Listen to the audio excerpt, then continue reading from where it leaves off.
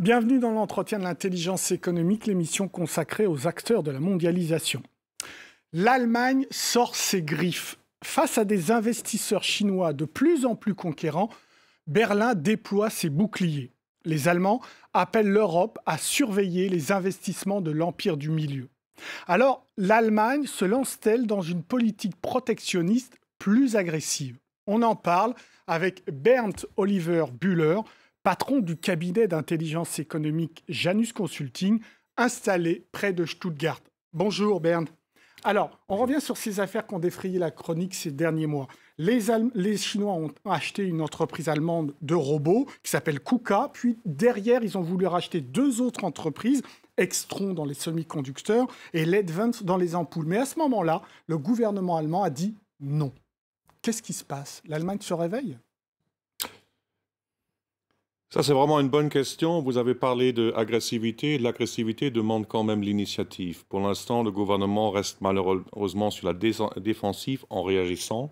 Et tant qu'on n'a pas une vraie politique industrielle tournée vers l'avenir avec une stratégie derrière, on sera obligé de subir défaite sur défaite parce que nous ne cherchons pas les victoires. Le manque de victoire, c'est forcément, il s'explique comment? Par le manque d'une stratégie européenne et nationale combinée qui marche main dans la main. Mais comment vous avez, vous, Allemands spécialistes de l'intelligence économique, compris que tout à coup, Sigmar Gabriel, votre ministre de l'économie de l'époque, dise non aux Chinois sur deux entreprises? Vous avez dit enfin? Non, pas du tout, parce que c'était plus une pression économique du tissu en disant nous risquons de voir partir une technologie du futur. Ce n'est pas un sursaut politique qui a découvert ça tout d'un coup, c'est le tissu, surtout des PME économiques, qui a signalé on risque de perdre quelque chose. Mais de toute manière, est-ce qu'on peut le reprocher aux Chinois? Ma réponse est non, parce qu'ils défendent leurs intérêts. Et qu'est-ce que nous, on a fait sur l'Europe? On a laissé partir les industries du passé et les industries du présent. Alors si la Chine, par la suite, cherche à acquérir aussi les technologies de demain, c'est leur droit. C'est nous qui le leur donnons et qui nous jouons dans leurs cartes en n'ayant pas une stratégie. Alors depuis, ça s'est passé il y a quelques mois, depuis, il y a une stratégie. Vous appelez à l'Europe, par exemple, l'Allemagne dit l'Europe doit surveiller. Oui. C'est la solution? Non, pas du tout, parce que quand vous voyez l'Europe, elle est plus divisée que jamais à l'heure actuelle. On ne peut pas trouver une solution au niveau européen si on ne crée pas d'abord des solutions au niveau national. Et là, ça doit être la compétition entre les meilleures solutions à national qui sont ensuite transposables au niveau européen. Mais pour l'instant, l'Europe cherche à se défendre elle-même au niveau politique. Elle n'a pas le temps de faire de la vraie politique économique. Alors en Allemagne, est-ce que c'est une bonne idée, cette espèce d'institut pour surveiller les investissements chinois? Qu'est-ce que cet institut va nous donner? Déjà, ça va donner seulement une réponse défensive réactive. Point 1. Point 2, de nouveau, ce n'est pas une question chinois c'est mauvais, non chinois c'est bon. Il y a aussi des investisseurs tiers venus d'autres pays qui peuvent avoir des intérêts qui sont en désaccord avec les nôtres. Et si les Chinois sont aussi intelligents que nous le pensons, ce qu'ils ont démontré jusqu'à présent, ils n'ont aucun problème à monter une entité dans un pays divers comme le Brésil, pour acheter à travers le Brésil, pour le vendre, pour transposer ensuite le savoir-faire en Chine. Tout ça, malheureusement, de nouveau, c'est de la com. Alors qu'est-ce qu'il faudrait faire concrètement là, tout de suite? Trouver une politique commune avec laquelle nous pouvons nous projeter en avant dans l'avenir. Mais ça demande aussi une planification stratégique de l'avenir. Alors, vous avez dit commune, mais vous ne pensez pas encore à l'Europe. Vous dites que l'Europe n'est pas prête à d'autres problèmes. Mais en Allemagne, est-ce que, par exemple, vous avez envie de suivre la politique d'intelligence économique française qui est mise en place depuis 2002?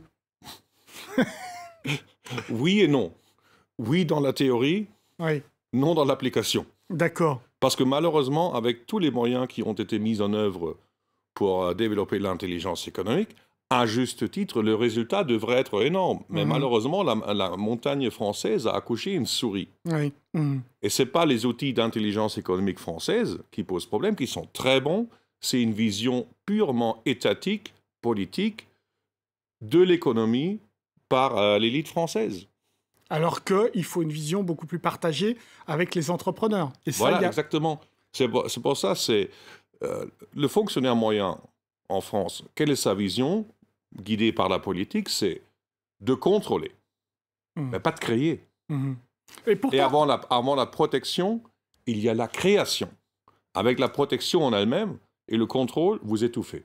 Pourtant, en Allemagne, il n'y a pas de politique, en effet, publique d'affichage d'intelligence économique. En revanche, la question est prise dans chaque Länder par des regroupements d'entreprises. Donc vous avez une pratique quand même. Pourquoi ça ne remonte pas au niveau fédéral ? Parce qu'avec le fédéralisme, nous avons créé d'abord un tissu de PME qui leur permet de mieux subsister que les grands groupes. C'est ça une différence fondamentale entre la France et d'autres nations qui misent sur les grands groupes. Pourquoi est-ce que l'Allemagne se porte si bien ? Elle protège les grands groupes, mais elle vise surtout un développement des PME. Ce sont les PME qui sont créatrices d'emplois. Ce n'est plus le grand groupe. C'est-à-dire que les grands groupes entraînent avec eux les PME, etc. C'est dans leur ombre. Alors, vous aviez un petit problème avec la Chine. Vos gouvernements a demandé à l'Europe de réagir. Mais il y a un autre problème qui pointe son nez depuis quelques semaines, c'est les États-Unis, qui reprochent aussi à l'Allemagne une politique trop favorable à l'Allemagne et pas assez à ses partenaires. Je peux vous retourner la question ? Oui. Très simple. Pourquoi est-ce que, d'après vous, le gouvernement allemand s'adresse à l'Europe ? Parce qu'il a reconnu lui-même qu'il n'est pas assez fort pour répondre à la Chine. Pour ça, l'Allemagne fait l'appel à l'Europe, parce que la Chine, entre-temps, c'est devenu très grand, c'est devenu très influent. Et donc, l'Allemagne ne se sent pas capable de lutter face à face avec la Chine. Elle a besoin de l'Europe pour ça. Et elle a besoin de l'Europe, et pour répondre aussi à votre question, elle a besoin aussi des États-Unis. Oui, mais en ce moment, les États-Unis sont plutôt très critiques vers l'euro, considéré comme une monnaie, en fait, comme le Deutschmark. On reproche beaucoup aux Allemands d'utiliser l'euro pour leurs exportations et donc de nuire à la balance commerciale américaine. Et je vais vous dire une chose, ils n'ont pas tort. Ils n'ont pas tort dans l'analyse du phénomène. Mais ce phénomène, il faut l'analyser aussi dans l'histoire. La marque a toujours été une monnaie forte.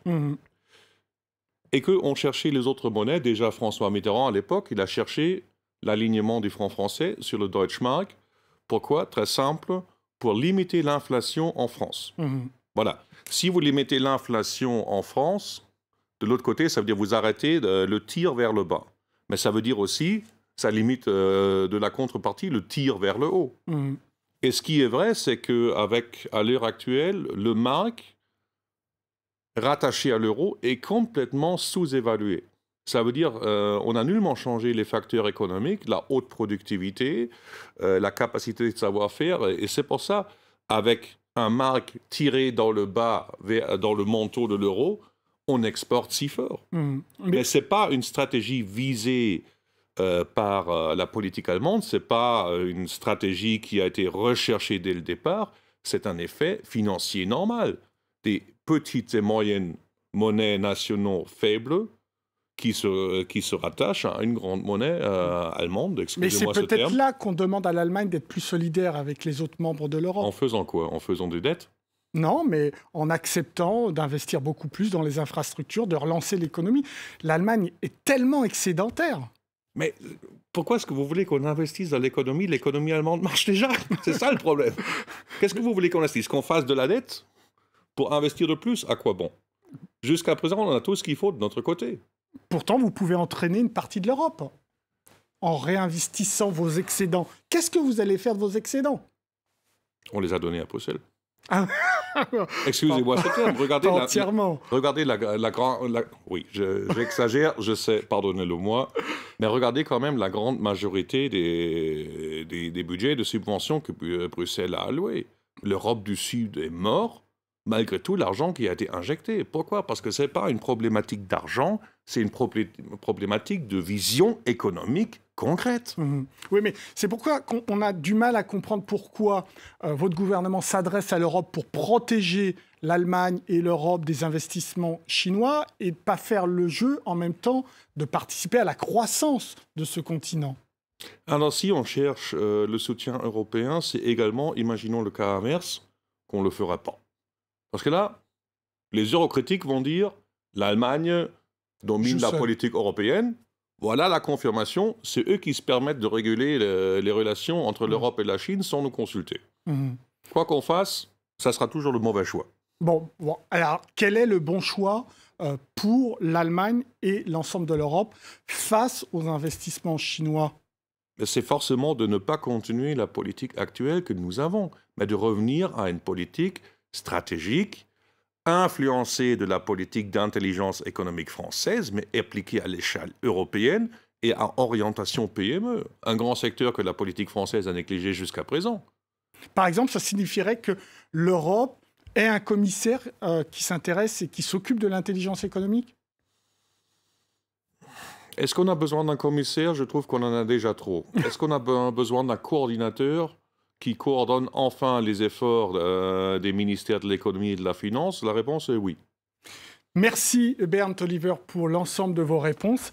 L'émission est terminée, mais comme d'habitude, vous pouvez évidemment la retrouver sur france24.com. Au revoir.